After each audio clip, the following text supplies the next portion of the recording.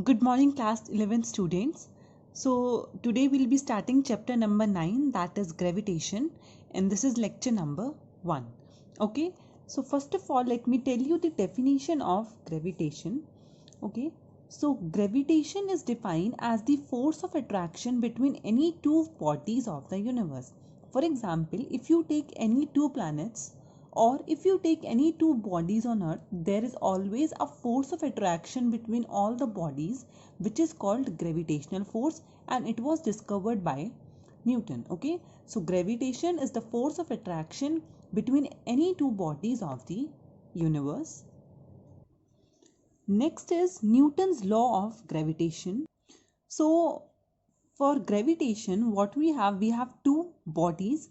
Let us suppose they have masses m1 and m2, and they have a distance of r between them. And one more thing, we will be taking spherical bodies only, because the Newton's law of gravitation is valid for point masses. Okay, so the spherical bodies can be taken as point masses because whole of their mass is considered to be at their center, so they can be considered as point masses. Okay, so this will be the distance between them, that is r. Okay, now according to Newton's law of gravitation, the force of attraction between any two bodies of the universe is directly proportional to the product of their masses, that is F is directly proportional to m1 m2, and it is inversely proportional to the square of distance between them, that is F is inversely proportional to 1 by r square. So if you will combine them, you will get F is directly proportional to m1 m2 upon r square.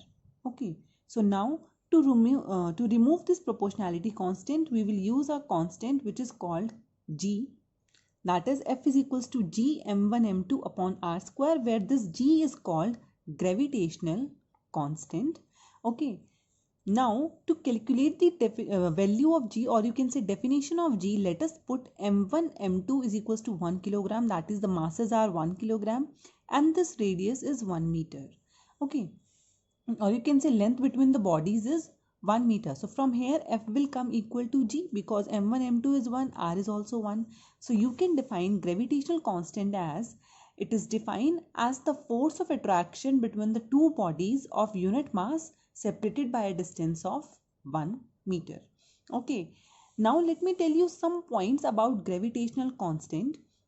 So the first point is that the value of gravitational constant is 6.67 into 10 to the power minus 11 Newton meter square per kilogram square. That is, this is the SI unit of gravitational constant, and this is the value in SI units. Now if we convert this value into CGS unit, so see, as you know, 1 Newton is 10 to the power 5 9. 1 meter is 100 centimeters. So meter square will be 10 to the power 4 centimeter square. Kilogram square, and 1 kilogram is 1000 grams. So upon kilogram square, that means into 10 to the power minus 6 per gram square. So when you will calculate this, you will get as 6.67 into 10 to the power minus 18 dyne per centimeter square per gram square. So this is the value of gravitational constant in SI units, and this is the value of gravitational constant in CGS units. Okay. Now if you want to derive a dimension formula for gravitational constant, so we will just use the formula which is F is equals to G m1 m2 upon r square. From here, if you calculate G, that will come to be F into r square upon m1 m2. Okay, so now just put the dimension formulas of these units. So the force is m1 n1 t minus 2, r is L square, m1 m2, that is m square. So when you will solve it, you will get m minus 1 L cube t minus 2, that is, this is the dimension formula of gravitational constant. Okay, so up till here, students, we have studied about the gravitation, Newton's law of gravitation, which is F is equals to G m1 m2 upon r square. We have seen the value of gravitational constant, and we have calculated the dimensional formula. Okay, so the third point about the gravitation is now that gravitational constant is a constant, and its value does not depends on nature and size of bodies. That is, whatever be the size of bodies, gravitational constant will remain same for all the bodies of universe. Okay, Now, as you have seen, the value of gravitational constant is very small because it is in the units of 10 to the power minus 11. So we can say gravitational forces are also very small because gravitational force, that is F, is directly proportional to G. So therefore gravitational forces are very small. Okay. Now let us derive vector form of Newton's law. Again we have the same diagram here. These are two masses and this is the distance between them. Now as I told you, they have a force of attraction between them. So I am denoting F12 as force on body 1 due to 2 and F21 as force on body 2 due to 1. So therefore, now see, if this body is experiencing a force of attraction, it will be attracted towards this direction. So F12, that is force on 1 due to 2, will be acting in this direction. And similarly, force on 2 due to 1 will be acting in this direction. Okay. Now I am taking two unit vectors r12 and r21. So r12 is the unit vector from 1 to 2, that is from 1 to 2. So r12 has this direction and r21 has this direction. Okay.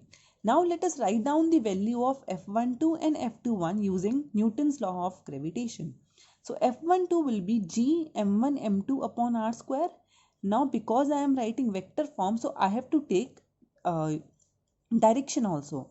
So as you can see clearly, F12 is in the opposite direction of R21. F12 is in this direction, R21 is in this direction. So for the direction of F12, I can write down minus R21 cap. That is F12 is in the opposite direction of R21. Okay. Similarly for F21, you can write down G m1 m2 upon R square, and for its direction, F21 is in the okay, so therefore F1, for direction of F21 we will be writing minus R cap 1 2. Now see, R12 and R21 are also opposite in direction, as you can see here. So from this we can say that F12 is equals to minus of F21. Therefore you can say the gravitational forces obeys the Newton's third law of motion, that is action and reaction pair. This is nothing but action reaction pair. Okay. Okay, so now let us see some properties of gravitational forces. So first is that gravitational force is always attractive in nature. That is, gravitational force between any two bodies is responsible for their attraction. So gravitational force is always attractive in nature. Second is that gravitational force is a conservative force. That is, the work done by this force will depend only on initial and final position and not on the path. Okay, so it is a conservative force. Third is gravitational force is a central force. So by central force you means if you have two bodies and this is the line joining their centers, then the gravitational force will act along this line. Okay, that is, a central force is that force which acts along a line joining the center of two bodies. Okay, so gravitational force is a central force. Fourth is, it is the weakest force in nature. This I have told you earlier also. So it is the weakest force in nature, and if you talk about all the forces, that is nuclear, electromagnetic and gravitation, nuclear forces are strongest in nature. After that electromagnetic forces come, and the weakest forces are gravitational forces. Okay, and as I told you in your when we calculated vector form of Newton's law, that gravitational force also follows Newton's third law of motion. Okay. Okay, so the next is principle of superposition of gravity. So that is, resultant force F acting on a particle due to a number of point masses is equal to vector sum of the forces exerted by individual masses on the given particle. That is, if you have a body of mass m0 and you have another three masses of m1, m2 and m3, that then the total force acting on it, that is F acting on it, will be equal to vector sum of force exerted by individual mass on the given particle. That is, F on this particle will be sum of force between these two, force between these two and force between these two. So you can say, if I am denoting F01, that is force on 0 particle, that is not particle, u21 will be in this direction, obviously, because this is the attractive force. Similarly, this will be F02 in this direction, and this will be F03 in this direction. So you can say by the superposition of gravitation that total force F on m0 particle is equals to F01 plus F02 plus F03. That is the vector sum of individual forces exerted by all the particles. Okay. Suppose if you now have 5 particles or 10 particles, then accordingly the terms will increase here. Okay, so the next we'll be studying about gravity and acceleration due to gravity. Up till here we have studied all the things about gravitation. Now we will be studying about gravity and acceleration due to gravity. Okay, so to define gravity, you can say force of attraction exerted by earth on a body is called gravity.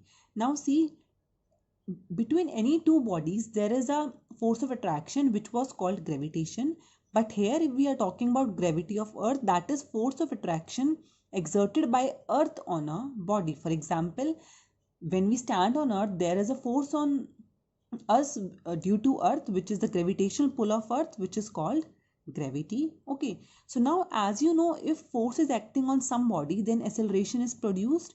So therefore an acceleration is produced in the motion of a body under the effect of gravity, which is called acceleration due to gravity, and it is denoted by g. Okay, so therefore due to the force of gravity we experience some acceleration due to that gravity, which is called acceleration due to gravity. Okay, and we denote it by g.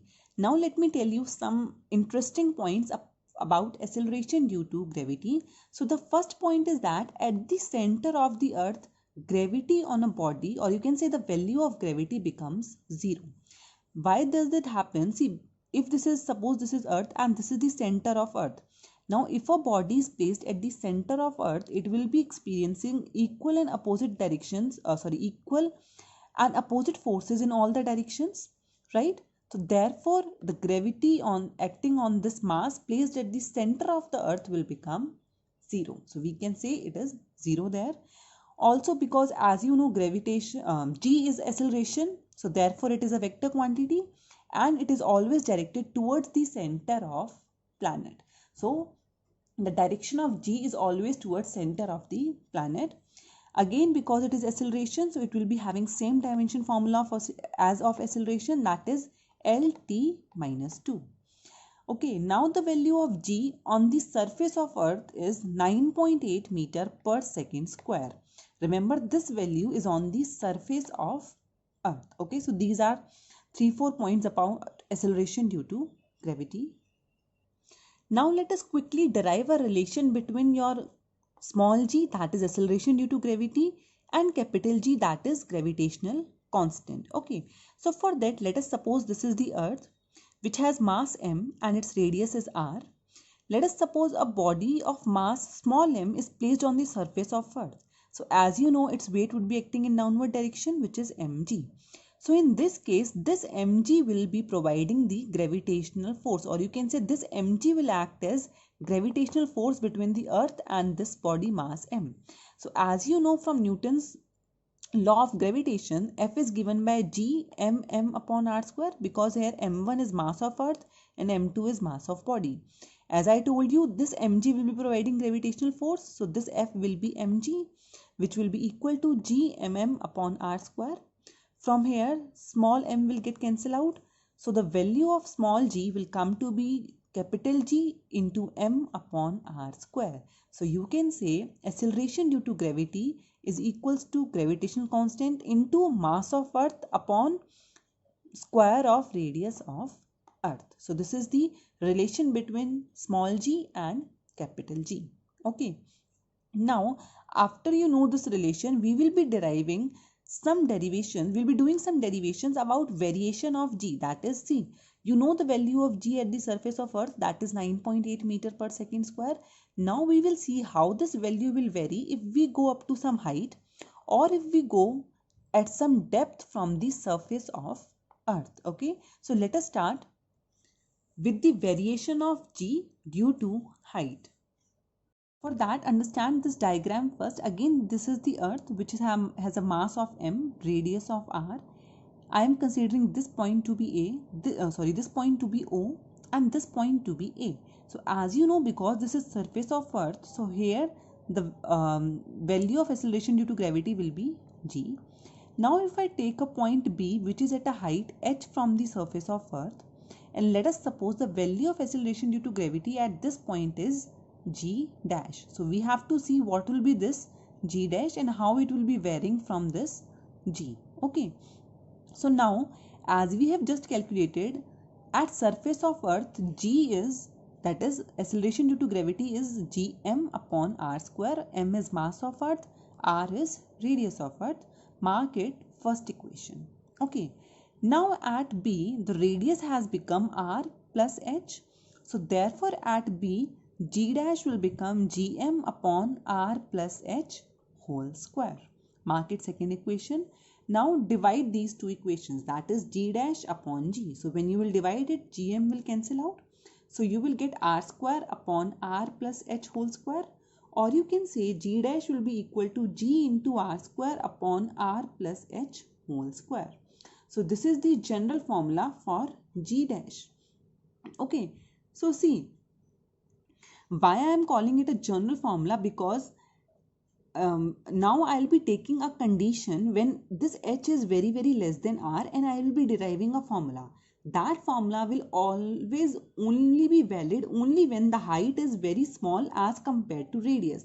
But this formula will be also valid when your r is comparable to h. Okay, so this is the general formula. Now the formula which I'll be deriving now will be for the condition when radius is very greater than the height for which we are talking about. Okay, so from the formula g dash is d r square, I am taking r square common in denominator, so you will be left with 1 plus h by r whole square. Okay, so now this r square will be cancelled out, so you will get g into 1 plus h by r to the power minus 2. I am taking this quantity in numerator. Mark it, third equation. Now there is a theorem called binomial theorem which states if we have this quantity, that is 1 plus x to the power n, then it can be solved as 1 plus nx plus n into n minus 1 x square upon 2 factorial and so on. But see, if you compare this with this, here our x is h by r and our n is minus 2, right? So we will be using this formula to solve this. But for that, what we are considering that r is very greater than h, or you can say height is very small as compared to r. So that means this quantity will be very small. So if you will do it square, that is x square, that will be again very small. So we will be neglecting these terms. That is, in further terms we have x square, x cube, so they will be very small. So we will be neglecting all those terms and we will be using only 1 plus nx. Okay, again I am explaining it because x is your h by r and we are supposing that height is very small as compared to radius. So x will become very small. That means x square will become much smaller. So we can neglect the higher terms of x. So we will be taking only this term, that is 1 plus nx. Okay, so if you will solve it now, g dash will be equal to g into, as I told you, our 1 will be remain as it is, plus n is minus 2 into x is h by r, that is h by r. So you have got a relation g dash is equals to g into 1 2h by r, but this is only valid when h is very less than r. Okay, so remember both the formulas, the general formula as well as this one. Okay, now as you can clearly see, this is coming g dash is equals to g minus something. That means when you go at some height, the value of acceleration due to gravity decreases. Okay, now let me take a question. So the question is, what is the value of g at an height equal to half the radius of earth? So we are talking about a height which is equal to half of the radius of earth, that is h is r by 2. Now see, this height is not very small than radius, it is just half. You cannot say that it is very small. So which formula you will be using? You will be using the general formula, which is g dash is equals to g r square upon r plus h whole square. Remember this, if you were given a value of height which was very small as compared to radius, then you can use the formula which we have derived later, that is g dash is equals to g into 1 minus 2h by r. But here, because our height is r by 2, which is not very small as compared to radius, so we will be using the general formula, which is g dash is equals to g into r square upon r plus h whole square. H is given to be r by 2, so just put the value of h, that is r by 2. So it will become gr square upon 3r by 2 whole square. So when you will solve it, g dash will come to be 4g by 9. So this will be the value of acceleration due to gravity at a height equal to the half the radius of the earth. Okay. Okay, so summarize today's lecture. We have done these four main formulas today. First is g is equals to gm upon r square. That is the value of acceleration due to gravity, where m is mass of earth, r is radius of earth. Second, we have studied f is equals to g m1 m2 upon r square, where f is the force of gravitation, g is gravitational constant, m1 m2 is the mass of the two bodies, and r is the distance between them. Third, we have studied g dash is equals to gr square upon r plus h whole square, which is the formula for the variation of g at a height from the surface of earth, and this is the general formula. But in this, if you are given that height is very small as compared to radius, then you can use the formula g dash is equals to g into 1 minus 2h by r. Okay.